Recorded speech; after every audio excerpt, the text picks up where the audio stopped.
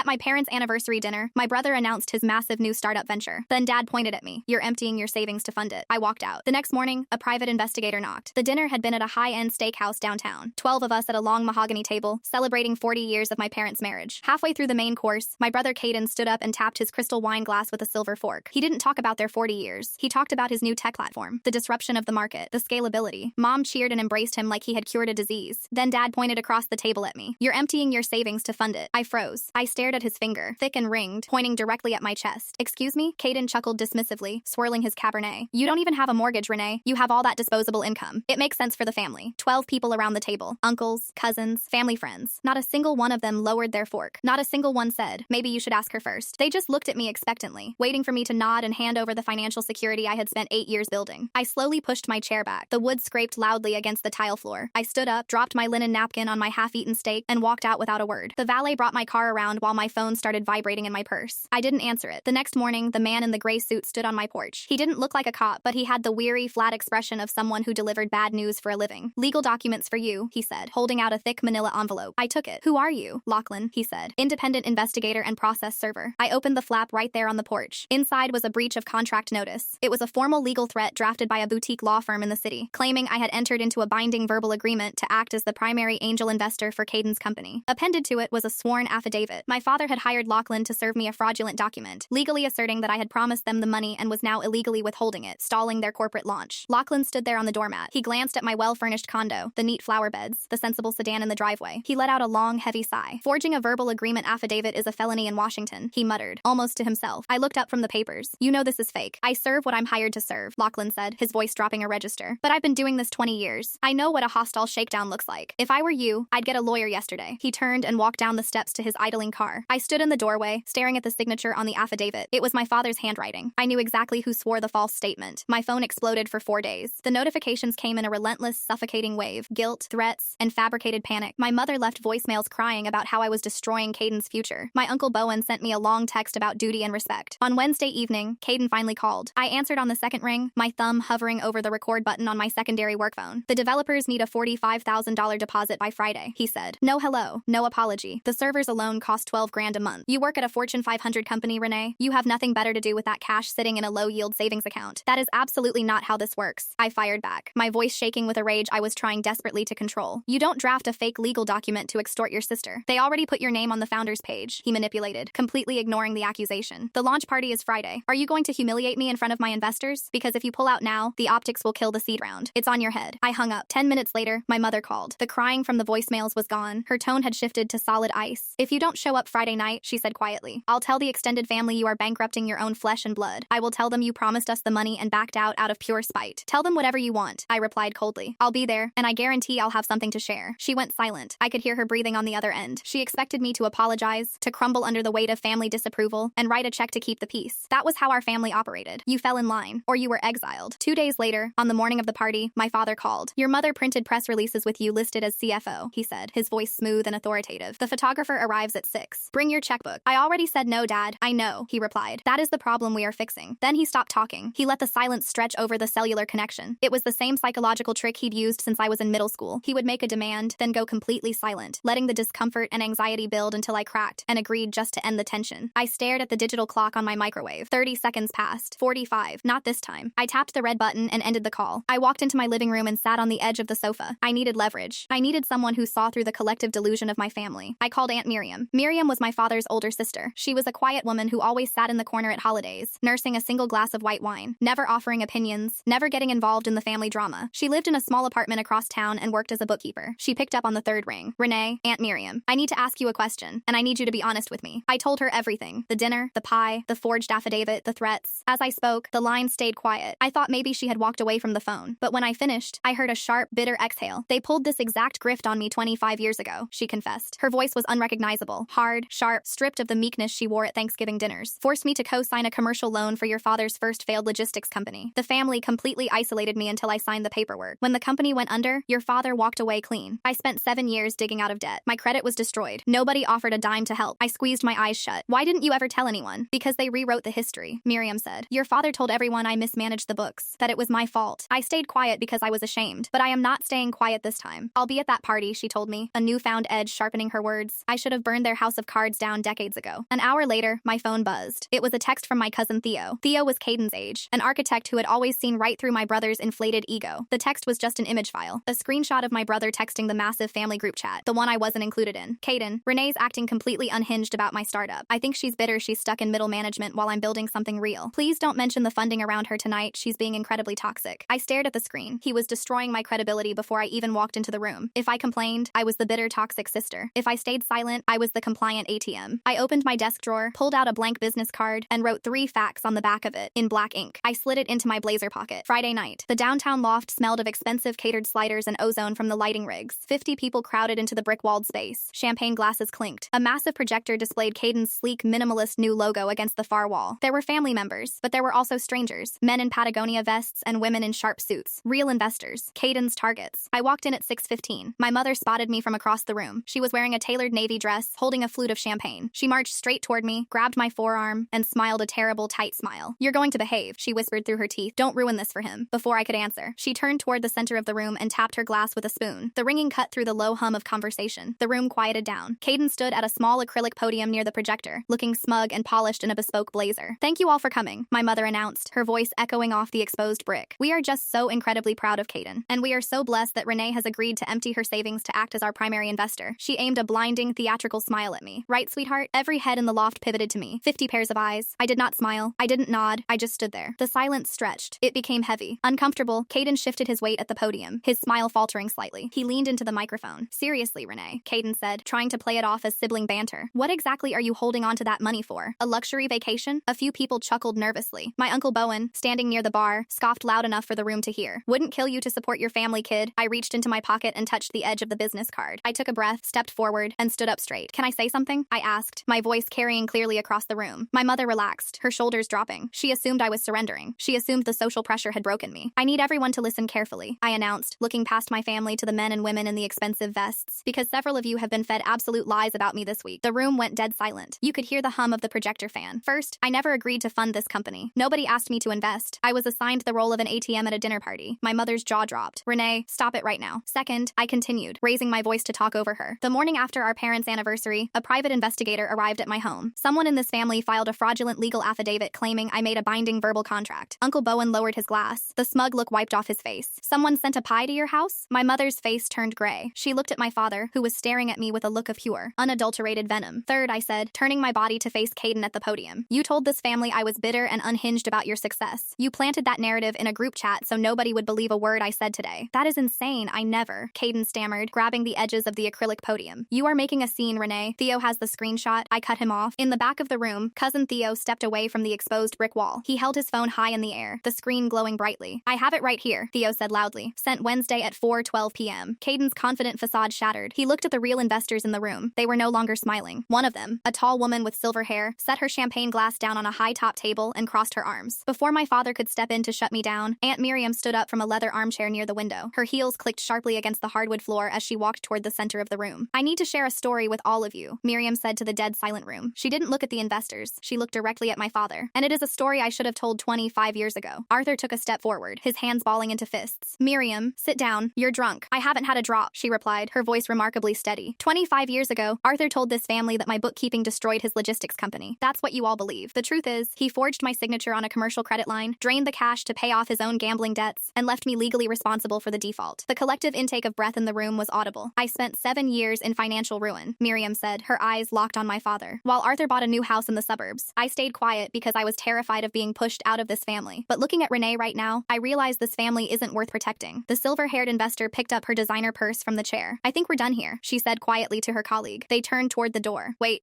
Caden pleaded into the microphone. "That has nothing to do with my platform. That's ancient family history." My father didn't look at Caden. He didn't look at the fleeing investors. He lunged across the room, grabbed my upper arm with a grip so tight it bruised, and dragged me toward the hallway that led to the coat room. "Dad, let go of me," I hissed, trying to dig my heels into the floor. He didn't listen. He shoved me into the small dark coat room and slammed the door behind us, cutting off the murmur of the stunned crowd outside. The air in the tiny room smelled of damp wool and old cologne. It was suffocatingly hot. Arthur turned to face me in the dim light. His face wasn't angry anymore. It was pale, slick with sweat, and his eyes were wide with a frantic animal panic. "You have to write the check," he breathed, his voice trembling. "Are you out of your mind?" I rubbed my arm where his fingers had dug in. "It's over, Dad. The investors just walked out." "I don't care about the investors," he snapped, his voice cracking. He reached into the breast pocket of his suit jacket and pulled out a folded piece of paper. His hands were shaking so badly he could barely unfold it. Caden's company is a shell. There is no platform. There is no tech. I stared at him, the reality slowly clicking into place. What are you talking about? The prototype was a mock-up, Arthur said, the words spilling out of him in a desperate rush. He needed cash to actually build it. I told him I'd handle the seed money so he could look legitimate to the venture capital guys today. I took out a second mortgage on the house, Renee, 3 months ago. I leveraged everything. My stomach plummeted. You bet your house on Caden's fake company? I thought he was a genius. Arthur practically shouted, before lowering his voice to a frantic whisper. He showed me spreadsheets. He showed me projections. But he burned through all of it. He leased this loft. He bought the servers. He hired consultants. The bank is calling the loan, Renee. If we don't put $45,000 into the escrow account by tomorrow afternoon, your mother and I lose the house. We have nothing left. He shoved the paper toward my chest. It was a wire transfer authorization form, already filled out with my banking details. He had gotten my account numbers. Sign it, he pleaded, blocking the door with his body. Just sign it as a temporary loan. I'll pay you back. I swear to God, Renee, I will pay you back. But if you walk out of this room without signing this, you are putting your mother on the street. I stared at the piece of paper in his trembling hand. The harsh, single bulb hanging from the ceiling of the coat room cast deep, hollow shadows under his eyes. He didn't look like the imposing, authoritative patriarch who had pointed his finger at me across a mahogany table just 5 days ago. He looked like a desperate, cornered gambler who had just watched the roulette ball land on black when he had bet his entire life on red. I'm putting her on the street? I repeated. My voice didn't shake. It came out cold, flat, and hollow. Not you. Me, Renee. Please, Arthur begged, his voice cracking. He actually reached out and tried to press the wire transfer form into my palm. We can fix this. You have the money. You don't even need it. You can save this family right now. I didn't take the paper. I let it flutter to the floor between us, landing on the scuffed hardwood next to a stray black umbrella. A second mortgage, I said slowly, letting the reality of his words fully crystallize in the cramped, stuffy space. On the house in Bellevue, the house you and Mom bought 20 years ago. Arthur nodded frantically, misunderstanding my shock for compliance. Yes, the equity was just sitting there. It was a no-brainer. But the interest rates, the terms, the bank moved faster than Caden's development schedule. It's just a cash flow issue, Renee. I looked him dead in the eye. The deed is in both your names, Dad. He stopped nodding, his jaw locked. A second mortgage requires 2 signatures, I said, my voice dropping to a harsh whisper. Did Mom sign the paperwork for that loan? His silence was deafening. He swallowed hard, his Adam's apple bobbing in his throat. He looked away from me, his eyes darting toward the closed door. A sickening wave of realization washed over me. The story Aunt Miriam had just told in the other room, the forged commercial credit line, the financial ruin, the lies used to cover his tracks. He hadn't just done it to his sister 25 years ago. He had just done it to his own wife. You forged Mom's signature, I said. It wasn't a question. I was protecting her. He hissed, defensive anger instantly replacing the panic. She doesn't understand venture capital. She doesn't understand leverage. She would have panicked. I did it for us, for the family's future. You committed bank fraud, I said, stepping toward him, forcing him to step back against the hanging coats. And you paid a private investigator to try and extort 45 grand out of me to cover up your felony. Before he could respond, a sharp, heavy knock rattled the wooden door behind me. Excuse me, a woman's voice said through the wood. It was the silver-haired investor. We need our jackets. Arthur's face went completely bloodless. He scrambled backward, trying to compose himself, smoothing the lapels of his bespoke suit with trembling hands. I reached behind me, grabbed the brass doorknob and pulled the door open. The investor stood there, her colleague right behind her. They didn't look at my father. They looked at me, their expressions a mix of pity and profound discomfort. I stepped aside. They walked into the small space, retrieved their coats in total silence, and walked out. Neither of them said goodbye to Arthur. They didn't even acknowledge he was in the room. I followed them out into the main loft area. The energy in the room had completely died. The catered sliders sat untouched on silver platters. The bartender was quietly wiping down the counter, pretending he wasn't witnessing a family implode. Most of the real investors, the strangers Caden had invited to fleece, were already gone or heading for the freight elevator. Only the family remained. My mother was standing near the acrylic podium, clutching her champagne flute so tightly her knuckles were white. Caden was frantically typing on his phone, his face red and slick with sweat. Aunt Miriam hadn't moved from the center of the room. She stood tall, her arms crossed, watching the wreckage she had finally helped expose. As I walked out of the hallway, my mother marched toward me. The tight, controlled smile was completely gone. She looked furious. What did you say to him? She demanded, pointing her glass at me. Champagne sloshed over the rim and onto the floor. What did you say to your father, Renee? The investors just walked out. Caden is losing everything because you couldn't just keep your mouth shut and support your brother. I looked at her. I looked at the wrinkles around her eyes, the expensive dress she had bought specifically for this night, the absolute certainty in her posture. She really believed the narrative. She believed I was the villain. She had no idea her own husband had just signed away the roof over her head. Mom, I said quietly, where is Dad getting the money to fund Caden's servers? She scoffed, rolling her eyes. He isn't. He's facilitating the seed round. He put up a small amount of collateral to secure the venue and the initial marketing, but that's what you are supposed to be doing. Arthur stepped out of the hallway behind me. He looked like a ghost. Tell her, Dad, I said, not taking my eyes off my mother. Tell me what? My mother snapped, looking past me to Arthur. Arthur, what is she talking about? Get the investors back on the phone. This is ridiculous. Arthur didn't speak. He just stood there, staring at the floorboards. Dad, Caden's voice cracked as he stepped away from the podium. Dad, the Oz bill is due at midnight. If they shut down the servers, we lose the prototype. Tell me she signed the wire transfer. There is no wire transfer, I said loudly, making sure every family member in the room could hear me. I turned to look at Caden. And there is no prototype, Caden. Dad just admitted it in the closet. You built a mock-up. You burned burned through all the cash leasing this loft and buying a fake lifestyle to impress people who just walked out the door. That's a lie. Caden yelled, stepping toward me. The tech is in beta. The developers just need another sprint to finalize the back-end structure. Show us, Cousin Theo said from the back of the room. Everyone turned. Theo walked forward, pulling his laptop out of his messenger bag. Show us the back-end, Caden. You've got your dev laptop right there behind the podium. Boot it up. Let's see the beta. Caden froze. He looked at Theo, then at the podium, then back at me. It's proprietary. I'm not showing you the source code without an ENDA. We're your family, Theo said, his voice dripping with sarcasm. We're the people you're asking to empty our savings accounts. Show us the product. Arthur, my mother said, her voice dropping an octave. She ignored Caden entirely. She was staring at my father, and for the first time in my life, I saw genuine fear in her eyes. Arthur, what collateral did you put up for Caden's marketing? Arthur opened his mouth, but nothing came out. Aunt Miriam took a slow step forward. He put up your house, Eleanor, she said softly. My mother whipped her head toward Miriam. Shut up. You don't know anything. You're a bitter, jealous woman. He took out a second mortgage, I said, stepping between my mother and Miriam. 3 months ago, he leveraged the entire house to pay for Caden's scam, and the bank is calling the loan tomorrow. My mother stared at me. Her mouth opened slightly, but she didn't speak. She looked at Arthur. Arthur, she whispered. I was going to fix it, Arthur stammered, raising his hands in a pathetic gesture of surrender. Eleanor, I swear to you, I was going to fix it. Caden told me the valuation was going to be $10 million by the end of Q3. I just needed to bridge the gap. I just needed to buy him some runway. We own that house outright, my mother said, her voice shaking violently. We paid off the mortgage 5 years ago. I never signed anything. He forged your signature, Mom, I said. The silence that followed wasn't just quiet. It was a vacuum. It sucked all the air out of the room. The reality of the betrayal settled over the remaining guests like a heavy, suffocating blanket. Uncle Bowen, who had spent the last week texting me about duty and respect, slowly set his half-empty drink on a nearby table and took a long step away from my father. My mother didn't scream. She didn't cry. She walked slowly over to the nearest leather armchair and sat down, staring blankly at the exposed brick wall. She looked like she had instantly aged 10 years. The bank wants $45,000 by tomorrow afternoon into an escrow account, I said to the room at large, or they start foreclosure proceedings. That's why the private investigator showed up at my house. That's why I was suddenly named CFO. They weren't trying to bring me in on a ground floor opportunity. They were trying to steal my emergency fund to cover Dad's felony. It wasn't stealing, Caden shouted, his panic completely overriding any remaining sense of reality. He slammed his hand against the acrylic podium. It was an investment. If you had just given us the money, none of this would be happening. You ruined this, Renee. You ruined my company. I turned to him, feeling a strange, profound sense of calm wash over me. The anxiety that had gripped my chest for 5 days evaporated. They had no power over me anymore. The illusion was dead. Your company doesn't exist, Caden, I said evenly. You're 32 years old and you just made our parents homeless so you could play CEO for an evening. I am the CEO, he screamed, his face contorting into an ugly, petulant snarl. I put the team together. I bought the domain. I drove the vision. You're a con artist, Theo said, zipping his laptop back into his bag. He shook his head in disgust. You're exactly like your father. Arthur flinched as if he had been physically struck. Renee, please, my father said, taking a step toward me. He looked at my mother, sitting frozen in the chair, and then back at me. Tears were finally welling up in his eyes. You have the money. I know you do. You've been saving for a down payment for years. Just loan it to us. Just to clear the escrow. I will get a second job. I will sell my car. I will pay you back every single cent. If you don't do this, your mother loses everything. I looked at the wire transfer form still lying on the floor in the hallway. Then I looked at my mother. Mom, I said gently. She didn't look at me. She kept staring at the wall. Mom, did you know he hired a private investigator to serve me fake papers? I asked. She blinked slowly. Finally, she turned her head. Her eyes were hollow, empty. He told me you verbally promised him the money, she whispered. He told me you were holding it back to be cruel, to punish Caden for being more successful than you. And you believed him, I said. He's my husband, she replied, a single tear escaping and rolling down her cheek, cutting through her expensive makeup. And Caden is my son. And what am I asked. She didn't answer. She looked back at the wall. That was it. That was the final answer I needed. I reached into my blazer pocket, took out my car keys, and gripped them tightly in my hand. The answer is no, Dad, I said, turning my back on them. Renee, Arthur yelled, rushing forward and grabbing my shoulder. You can't walk out that door. You are destroying this family. I spun around, knocking his hand away with so much force he stumbled backward. I didn't destroy this family, I said, my voice echoing off the high ceilings. You did. You destroyed it 25 years ago when you sacrificed Aunt Miriam to save yourself. You just managed to hide the body until today. I turned and walked toward the heavy iron door of the loft. Behind me, Caden started hyperventilating, cursing at Theo and demanding someone call his lead developer. Arthur was sobbing, apologizing to my mother, who remained completely silent. I pushed the heavy door open and stepped out into the cool, quiet hallway. I hit the button for the freight elevator. As the metal doors groaned and began to slide open, I heard the sharp, rhythmic click of heels behind me. Aunt Miriam walked out of the loft, pulling her beige trench coat over her shoulders. She stopped next to me, her posture perfect, her face completely serene. Going down? She asked quietly. Yeah, I said. We stepped into the elevator together. As the doors closed, cutting off the sounds of my father's weeping and my brother's frantic shouting, Miriam reached into her pocket. She pulled out a small, folded piece of paper and handed it to me. What's this? I asked, unfolding it under the dim fluorescent light of the elevator car. It's a copy of the deed to the Bellevue house, Miriam said, staring straight ahead at the metal doors. I pulled it from the county records office yesterday morning after you called me. I stared at the document. It was a standard property record, but as I read the names listed under the current ownership, my blood ran cold. Miriam, I said, my voice voice barely a whisper. This doesn't just have mom and dad's names on it. I know, she said, finally turning to look at me, a dark, complex emotion swimming in her eyes. The deed had been quietly transferred 4 months ago. It wasn't just in my parents' names anymore. Arthur hadn't just forged my mother's signature on a loan, he had forged her signature on a quitclaim deed. He had transferred 50% ownership of the house to Caden. I traced my finger over the notary stamp at the bottom of the page. The ink was dark, official, and completely damning. My father hadn't just leveraged their home, he had given half of it away to my brother. And my mother, who had spent the last 20 years agonizing over the paint colors of the shutters and the landscaping in the front yard, had absolutely no idea her name had been legally erased from half of her own sanctuary. Why would he do this? I asked, my voice echoing in the small metal box. Why give Caden the deed? Because Caden's credit is garbage, Miriam said flatly. She adjusted her purse on her shoulder. Arthur needed the cash to keep up the appearance of wealth, but he couldn't get a commercial loan for Caden's fake tech company without an asset, so he made Caden a homeowner. It made your brother look solvent on paper to the private lenders. Private lenders? I looked up from the paper. Dad said he went to the bank. Miriam let out a short, humorless laugh. Banks have compliance departments, Renee. Banks require business plans and audited financials. Arthur didn't go to a bank. He went to a hard money lender. Short-term, high interest. The kind of people who don't care if your startup is a scam as long as they can place a lien on $1 million